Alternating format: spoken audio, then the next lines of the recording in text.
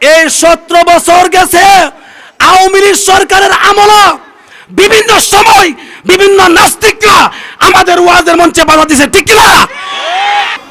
এখানে ওয়াজের কোনো ডিস্টার্ব করবা না কই দিলাম। এই ওয়াজে কোনো বাধা দেওয়া হয় না, এই ওয়াজে কোনো বাধা নাই। আপনি ওয়াজ শুরু করুন। হুজুরের বয়ান চলবে, ইসলামী জলসা চলবে, কোনো বাধা নাই, কোনো বাধা নাই। আপনারা বিশৃঙ্খলা করেন না, ওয়াজ চলবে।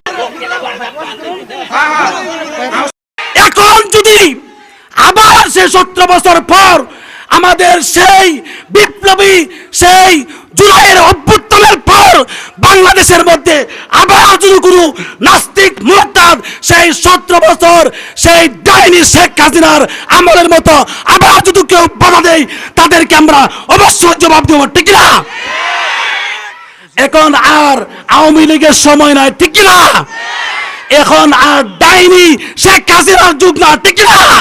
এই একটা পার্টি আছে রাষ্ট্রের মধ্যে ইসলাম যাতে কায়েম না হয়, ইসলাম যাতে সংসদে না যায়, একটা পার্টি লাগছে।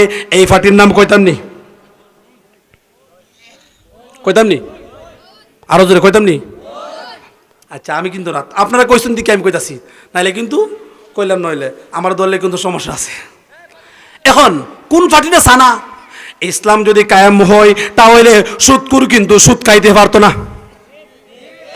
ইসলাম যদি কায়েম হয়, ঘুষখোর কিন্তু ঘুষ খাইতে পারবো, মদখোর কিন্তু মদ খাইতে পারবো, এই গাঁজাখোর গাঁজা খাইতে পারবো নি, এই জুয়াখোর জুয়া খেলতে পারবো নি, ইয়াবাখোর ইয়াবা খাইতে পারবো নি, ট্যাবলেটখোর ট্যাবলেট খাইতে পারবো নি।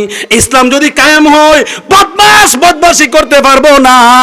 ওই সমস্ত বদমাস ইয়াবাখোর সুদখোর ঘুষখোর জুয়াখোর মদখোর গাঁজাখোর যারা আছে, তারা চাই না ইসলাম ক্ষমতার মধ্যে যাক। যদি যাই তাহলে আমরা 12টা বাজ্যা যাইব, আমরা সুদ খাইতে পারতাম না, আমরা ঘুষ খাইতে পারতাম না, আমরা মদ খাইতে পারতাম না, আমরা গাঁজা খাইতে পারতাম না, আমরা ইয়াবাখোর 2 নম্বরই করতে পারতাম না। এ সমস্ত ইয়াবাখোর সুদখোর ঘুষখোর মানজাখোররা চাই যে ইসলাম যেন দেশে না যায়, যাইলে কিন্তু মোল্লারা কিন্তু কবর আছে আমাদেরকে ফিরাইব, ঠিক কি না?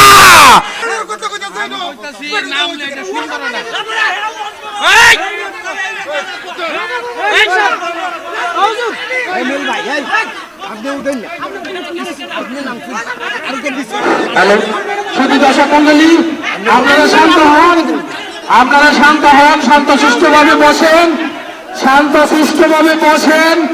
এখানে ইসলামী জলসা, ইসলামেরই কথা হবে। আপনি একটু শান্ত হন, শান্ত হন।